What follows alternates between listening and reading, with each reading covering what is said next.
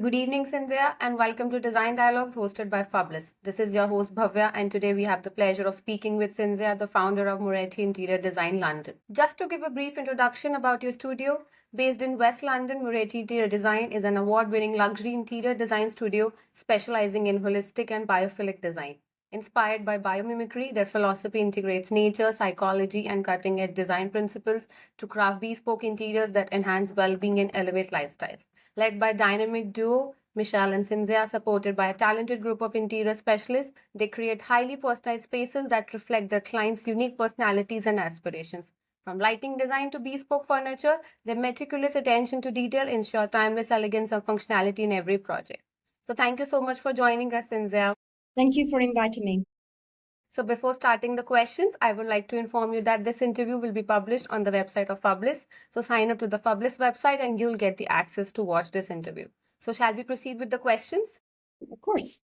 So first question for the day. How does Moretti Interior's philosophy approach integrating holistic and biophilic design inspired by biomimicry principles into their projects, and how do they influence the emotional and functional outcomes of a space? Okay, so integrated holistic and biophilic design principle for us is the fundamental base for our project. The inspiration comes for biomimicry that involves thoughtful process that harmonize natural elements, sustainable and emotional needs into our project, take inspiration from nature. As we know, we as a human being, we are part of nature. So it's impossible to distance us from nature. And that's elements we bring inside our project.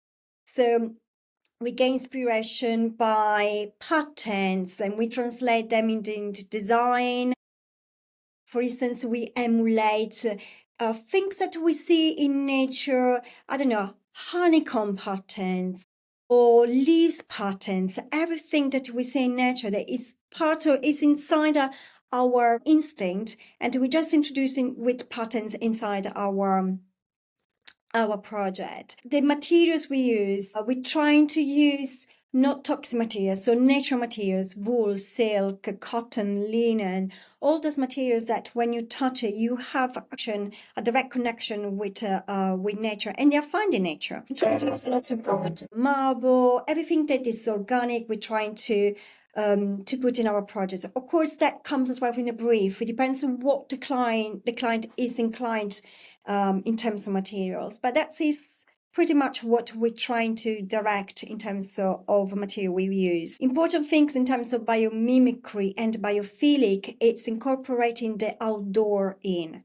So we're trying to evoke the sense of nature inside our projects. They can be with natural lighting, can be on plants, indoor, outdoor look. Something that if you are opening to the garden, it looks flawless interaction between the outdoor and indoor. Also, as you know, in UK, the weather is not always great. So we're trying to get most of the natural light inside the rooms. And or we expand the outdoor with glass pergolas so that the client can use the space outdoor even in winter, weather with rain or a very cold situation, but they can still enjoy being outside because glass can still give you the surround around you. We trying to enhance the well-being. We're trying to get the inspiration with colors, natural colors, their nature, and trying to get that inside our project as well. So if you think about your five senses, we're trying to capture every sense that we have and trying to stimulate that inside the interiors. That is part of our natural instinct, let's say. Perfect, perfect. So moving on to another project. Transforming a grade to listed property comes with strict regulations and challenges. How did you approach preserving the historical integrity of the home while introducing contemporary elements to meet the needs of the family? Okay, when it comes to great listed property, we have to be very careful about the architecture of the space. So when we design something, it's not just about the brief that the client wants, but we have to take in consideration the structure of the building. For the Grade 2 listed project, we work in collaboration with an architect. So with the architect, we create that team that together we got the experience and the skills to preserve the architecture and features of the listed property, but including elements that will make the house stand out in terms of contemporary style. That's what the client was inclined to. So we, for instance, if there were exposed beams, we would keep the exposed beams, incorporate the cornices again, replicate the skirting and cornices like the original style was. Making as well, there was some color scheme that we reuse inside that was connected to the Victorian period. So it's kind of bring inside a little bit of that connection as well. Also, stained glasses, the colors we kept were very much as the original. We just kind of swapped the colors a little bit to make a little bit more adaptable for the client style, but we kept the original stains windows. So when you go up the stairs, you actually have the kind of connection with the period of the house. Also, the layout and the furniture we use, the shape that we integrated, pretty much take inspiration still in a more contemporary way by taking inspiration for the original setting and patterns as well. For some of the rooms like the boot room and the utility room, we using glass and tiles. Again, that's kind of recall the Victorian tradition of using that kind of style as well. And we use wood. Again, wood is in a herringbone pattern because that was very much used during the period styles. If you go to a lot of period houses, they have the herringbone or chevron pattern. So we tried and put some not too much in your face elements, but if you go and look, it makes your space really feel like you're not stepping too far out of time, but bringing in the contemporary furniture and materials that will make the client more adaptable to their space. So continuing to the answer you just mentioned, so this project had very unique Victorian details. How did you integrate or highlight these existing features in the interior design while ensuring a very cohesive and updated look throughout the space? Again, we had to work very closely with the architect here. Everything has to be approved that what we could change, it was permitted. What we put back again, it was actually in a more contemporary twist. But everything we did had to be confirmed as well by the architect. So it wasn't just I said, okay, we can do that. Has to be confirmed as well. So, and the architect who was part of the team was absolutely amazing because they have a lot of experience in period houses, so that really help us to create the perfect look. The client liked the idea of having this twist, so the traditional features with the contemporary element. But as I say, everything, if you look very closely, like the patterns, the tiles, the wood, the cornice, the coffer ceiling, everything that we use, it has a contemporary, like coffer ceiling were never used in the Victorian times, but we used to put some architectural lighting with the cornice. So we had to work very closely in terms of space. Every single detail is counted because it's a lot of millimeters when you have to include lighting with existing cornice. So everything was carefully designed and in really precise details. So, Cinzia, as you just mentioned, it was a home and it was like a family thing. So, collaboration is one of the key factors in a project like which is a home for a family. So, how did you engage with the family to ensure their personal preferences were reflected in the design while also meeting the requirements of the listed building regulations? So when we start the project, first of all, we do a lot of research about the property, about the area, the history of the property to understand what happened, what changes being evolved in this property. And then we do a very deep brief with the client. The last quite a few hours actually, but that's fundamental for us to know how the clients lives, what to want to improve about their lifestyles. We do a lot of color psychology tests to understand what colors they feel more comfortable with and how they want to feel in every single room, what's the mood they want to have, how the lighting can affect the way they feel, how the architecture has to be included, how important is for them the architecture, because not every client is the same. So some clients are very inclined to keep the features of a property. Some clients say, no, I prefer to go towards more contemporary. Some clients say, no, I really love the traditional style. So it's to understand the style and how they want to enhance or hide things in the house, and how they want people to feel inside a house is really important as well. So there's a lots of questions. It's a deep understanding of the client, first of all, and that is done on the very first stage. So the brief is fundamental. Also, it's the stage where we learn what materials they like, how connected they want to be with nature, how they want to feel when they touch, how they want to use their sense inside the house, how they want to share memories with the family when the kids grown up, because that's the memories that we always taking with us when we grown. So that's really important, and there's a lots of deep discussions.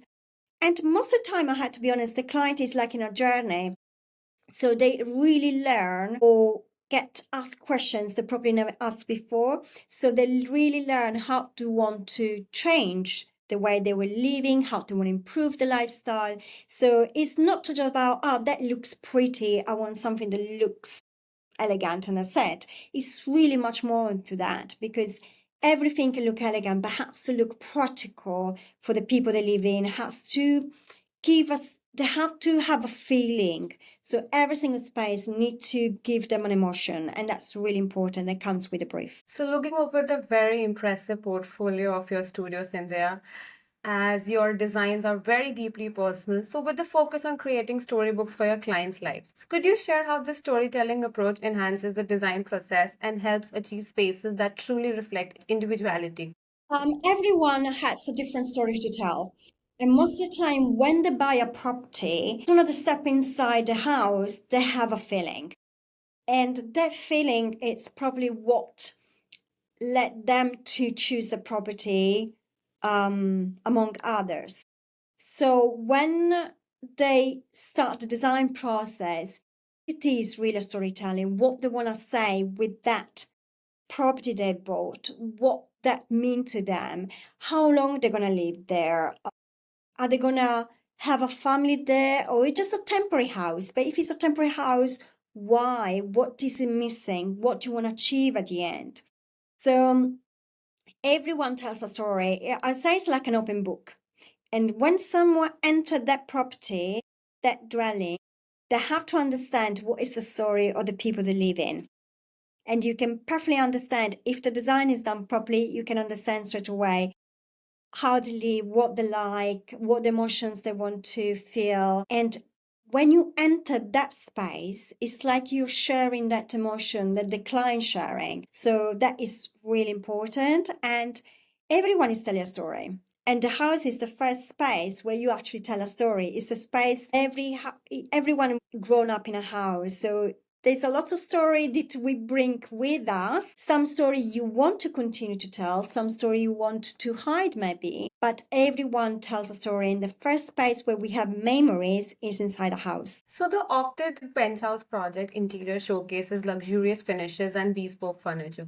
Could you share how material choices and custom design elements were used to enhance the elegance and the uniqueness of that space? Every project has been a different client, as a different material selection, different color selections. So everything is adaptable for what the clients like. So if I say, for instance, the Oxted penthouse that we did was an empty white walls block. It was a new development. Everything was white. It was really anonymous. So when the client came to us and say, I need color, I need personality, I feel out of space there. It's not me. So when we selected the colors and the materials, it was something that was what they loved and they were looking for, and they chosen the space because of the view and the connection with the terrace. So that was the main focus. And also they loved colors. So that had to come through the design. If we go for a different project instead, the other clients maybe Some people are more inclined towards grey tones because they feel comfortable with it. They don't feel comfortable with colors, although grey is a color but has a different shades and tones. So every client selection of materials really depend on their personality. We compared to Penthouse, we did a Penthouse in Kensington where the brief was completely different. So the layout, the outcome was completely different, was white and grey and blue, compared to another one was warm tones of wood and orange and blue and deep blue. So there is really a combination or something that the client can see in their mind, get that translate into the interior. Going back to your question in terms of material selection, really depends. Some people like something and other people like other materials. It's really a choice of how they want to touch things inside the home. We touch everything inside our home. So that has to be really the first connection and the smell as well. So the first two senses we use is smell and touch. So that is first questions about our clients, and that is the first information that we get, and they get translated in different color schemes for different projects. So very different materials for different clients. The use of philosophy and the psychology of color in design is quite unique. Could you elaborate on how understanding the psychological impact of design choices shapes the environments you create for your clients? Okay, so there is this misconception that using color psychology means bringing a lot of colors in. This is not what color psychology means. Color psychology means to select the right tone, hues, and tone of their hue that makes someone feel comfortable, evoke emotions and feelings. So the use of colors in color psychology, it's something that is really, it needs a lot of practice, it needs a lot of studying because every color has a different tones. So some person might like the blue, but they don't like a tone of blue. And the reason why they don't like something, because remind them or an action or an event or a person. So, and that gets stuck in our memories. So when we speak about color psychology, it's trying to extrapolate for that client from that person, the colors they make them comfortable. Even if that is white or beige or gray, doesn't matter, it's still a color psychology because it means that the color evokes someone in that person. And other people like maybe red, blue, and green, but it really depends. So color psychology doesn't mean because it's colors, I need to put lots of colors together no matter what, lots of patterns together. It's actually the opposite because otherwise it become to go to the eye cluster. It means our brain doesn't think properly, get confused. So when every client brings up the colors that they feel comfortable with, instead familiar colors where the brain feel comfortable and the emotion they are evoked remind them of something. Colors is really a broad topic, but when it comes to color psychology, it's important to understand that every one of us has a different approach to colors. Every color evokes someone to us. It doesn't mean that red, blue, or bright yellow had to be used because I'm using color psychology. So it's really important to understand that colors is part of our human being, but everyone see that in a different way according to the experience that we had. So moving ahead with one of my favorite project of your studio, the Buckinghamshire Mansion interior design. So it showcases a very seamless blend of modern luxury and timeless elegance. So how did your studio approach achieving this balance to create a design that feels both current and enduring? Okay, so the brief of the project was actually the client bought a plot of land, so that house didn't exist. So it was a very interesting project because the client had the opportunity to build something from scratch exactly how they wanted. They wanted to live there the rest of their life, retire in the house, and share the moments with the kids. And the idea to build something even the division of the rooms, how every space was divided was very interesting, because it's how they, from a blank canvas, wanted to live their life. And again, in terms going back to the color psychology, they were a winter personality. So all the colors they came to as a main colors for the full project were dark gray, red, blue, black, and white, because these are the colors of winter. So every single room that we designed had to have that color in mind, creating something that was contemporary. They wanted a contemporary house, but the far side of the house still had to give some of importance. So we put columns to remind the traditional style. But when you come inside, the house is very contemporary with a big chandelier, 6-meter chandeliers to give an impact.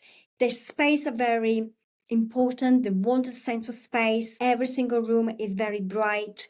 They wanted the house to look with a nice flow that you can go everywhere without distractions, having clutter. So everything has to have their own space. So, and they were quite lucky because they could do from the very, very beginning, rather than adapt to the structure of the house, what they did is create the structure to adapt to their style, if it makes sense. So that was very interesting project. So the mansion features luxurious material and finishes. Could you share how the selection process for these elements was influenced by the client's vision and the architectural character of the property? So the client had a very clear idea of materials they wanted. They wanted marble. They like to warm up the black with the copper. So lots of key metals, let's say in all rooms, was copper. And there is a warm material and it's a warm metal. And because they love to have a dark space in the kitchen, we use the contrast of the copper that is warm with the actually black of the units, and there was very successful combination. The dining area, we knew what we wanted, but we could not find it, so we end up designing the table for them, for the space for many people they wanted.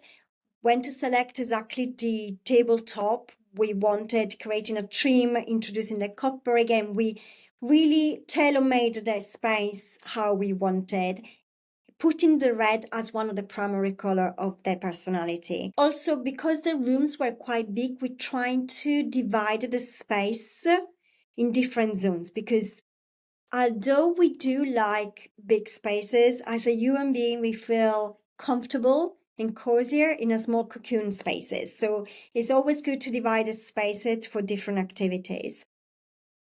The client also wanted a meditation space. They wanted somewhere that you don't expect to have upstairs. So we introduced their biophilic elements, putting a tree inside the meditation space that you can actually see with the door open from the landing and downstairs. So when you look up, you say, why there is a tree there? So it kind of gets the curiosity of people to find out details about the house rather than having everything in once put in front of you, because that is not good design. You have to have discover things like this. So we played a lot as well with materials like cotton materials, wood, concrete materials, chairs that had a back that you can see from the door. So every single element in the house was designed with materials inside.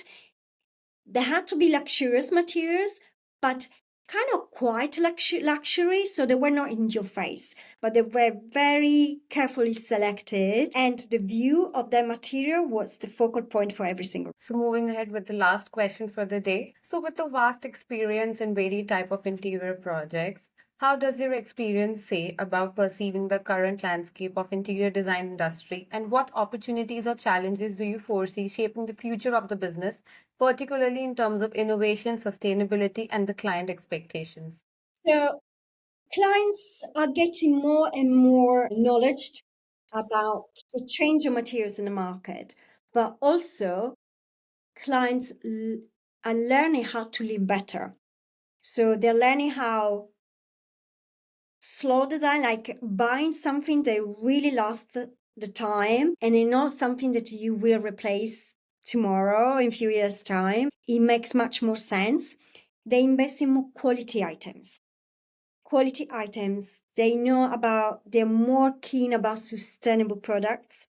The way you buy organic food is the same thing what you have around you and touching it. So using more organic materials, be very conscious of how the items is made and where it's made. Technology plays a big impact also for materials because the way materials are made, but also for making the life easier and more comfortable, like smart homes, motorized window treatment, everything that can make the life like luxury, so something that could enjoy more. That's also a really big request. So I will say that clients nowadays, because they wear all of these things, they like to have everything that's more personalized rather than something that everyone's got.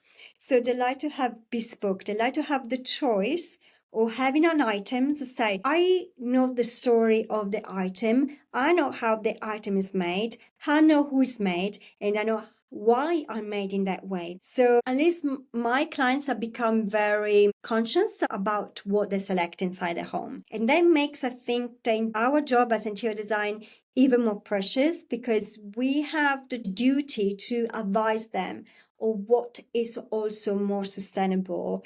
And we have the opportunity to help improving how materials are made and push more towards sustainability. Because don't forget, there's so many materials that are used inside our homes. They're really, put into junk after a while. So if we are very careful in how we select our suppliers, what we suggest to our clients, that we make a big impact if everyone does his job and his best to advise what is the best items. We are trying to use a lot of sustainable fabric, a lot of sustainables, also recycle materials like coffee tables or something that is secondhand as well. So we go and look in antique shops because that item has a story we think that really works for the space. And also products that are made by recycled materials. That's really important. Or sometimes carpet that is made by recycled fishing nets. All of this, then we say, okay, we actually done our little job. We helped a little bit and we educated our clients how they can live more sustainable as well. So, Cinzia, that was the last question for the day. Thank you so much for giving your precious time. It was a pleasure to have you here. And don't forget Thank to you sign so up for the much. Publish website. Thank Thank you you. so much. Bye. Have a lovely day. You too. Bye-bye.